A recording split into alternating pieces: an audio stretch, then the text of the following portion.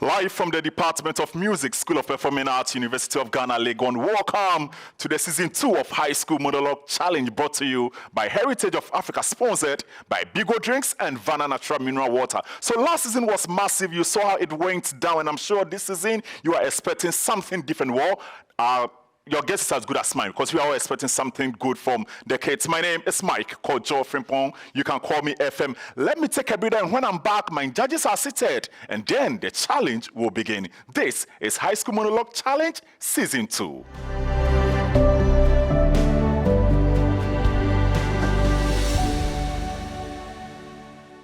Back from that, breather, many thanks going to Bigo Drinks and Vanna Natural Mineral Water. This is the High School Monologue Challenge. My name is FM. So judges, let the battle begin. I've shown my face in many places, but where I will never show my face is to these creatures.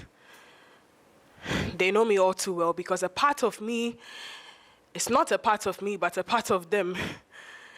The favorite hiding place of my demons is in my closet, under my bed, in my bed, with me in my head, constantly trying to kick me out, to take control, because they've never been in control of themselves.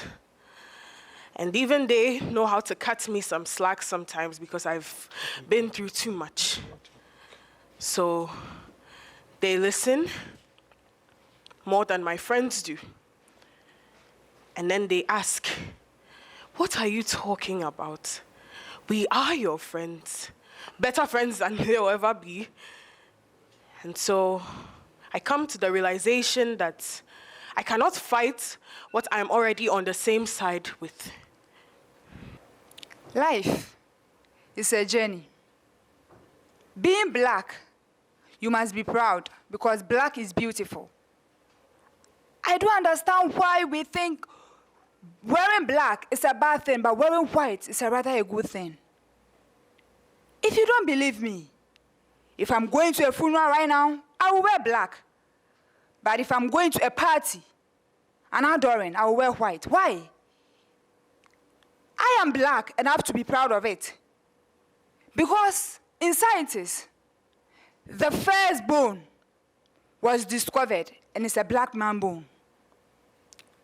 We took away our gods. In Ghana, when I speak tree, egan, fancy, ewe, and I made a mistake. Auntie tree is a good thing. Enuga, lele enuga. But if I make a mistake speaking English, I'm out. Because mente brofo. Why must it be so? I am black and I have to be proud. Okay.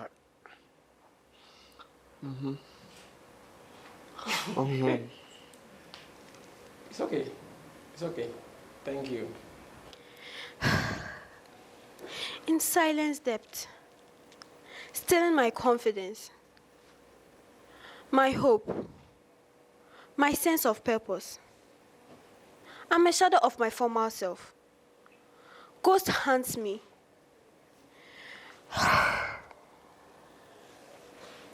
But people think that gossip may not be a good thing to do. But when you gossip, it helps you. You can be a journalism. But they hunt me all over and all over and all over. So, as I say, this may not be good. This is good. This may not be good. I don't know where to stand, and I don't know where to go. So, as I keep in, remembering. What?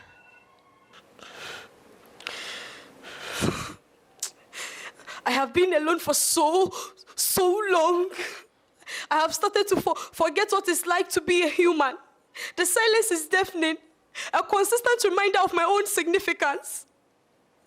I am trapped in a prison of my own making.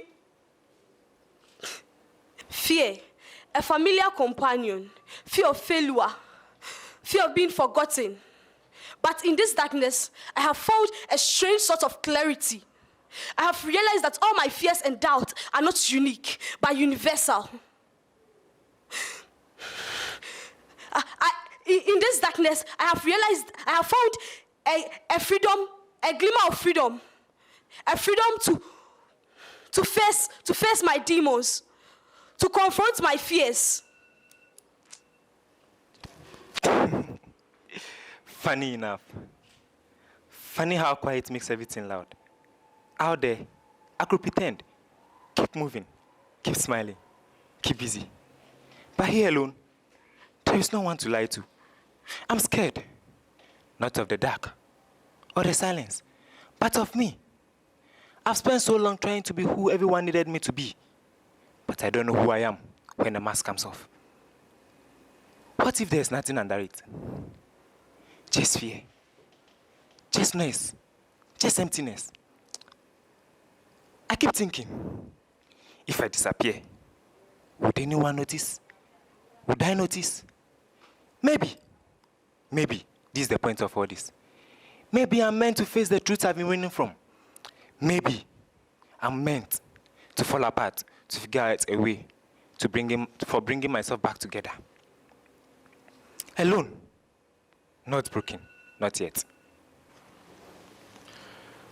Silence isn't peaceful.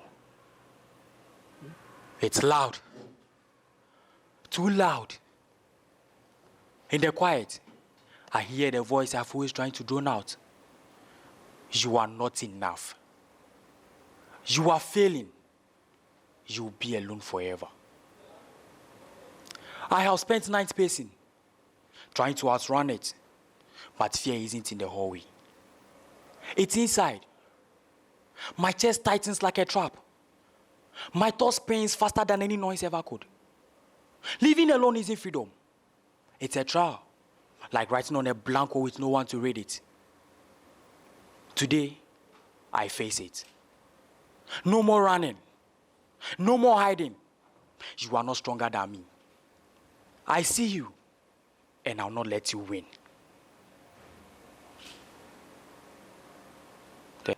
You don't really hear silence, do you? I mean, you don't hear it till it comes hitting you so hard. My world shut down, but within that silence came a revelation. In that silence of being alone, my true, hidden, and profound identity was uncovered.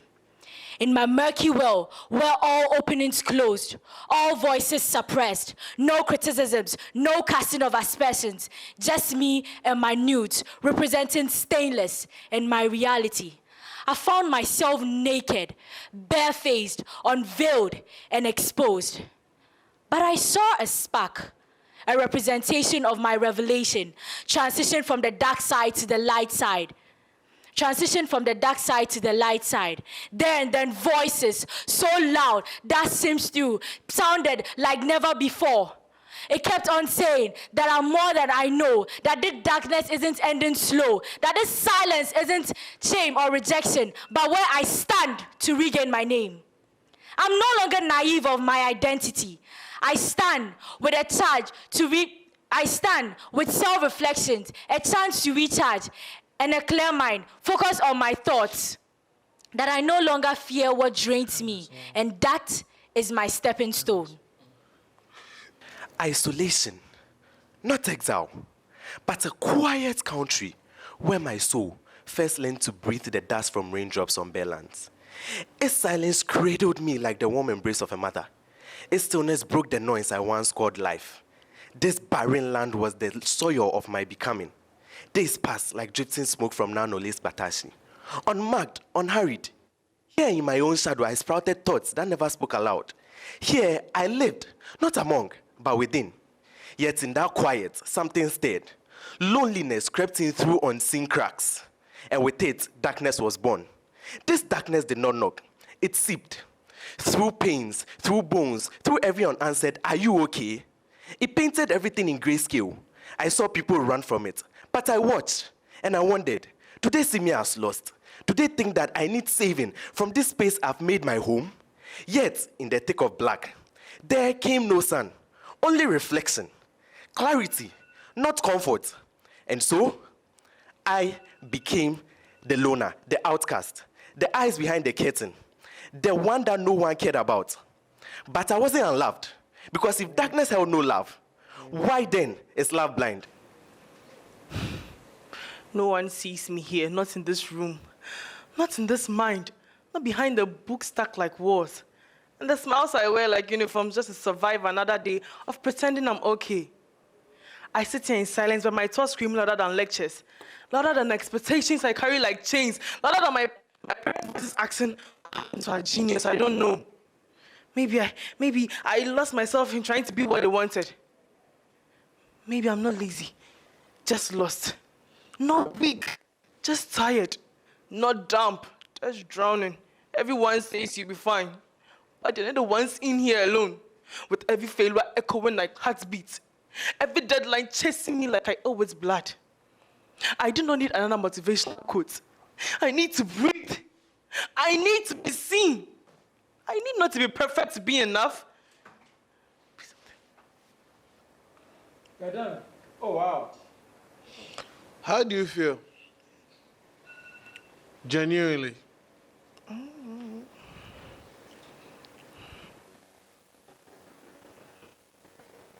It's a question, though.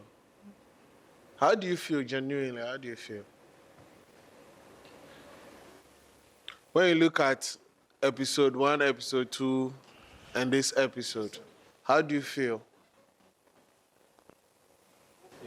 I'm seeing changes in what I'm doing. Okay, bye-bye. Thank you.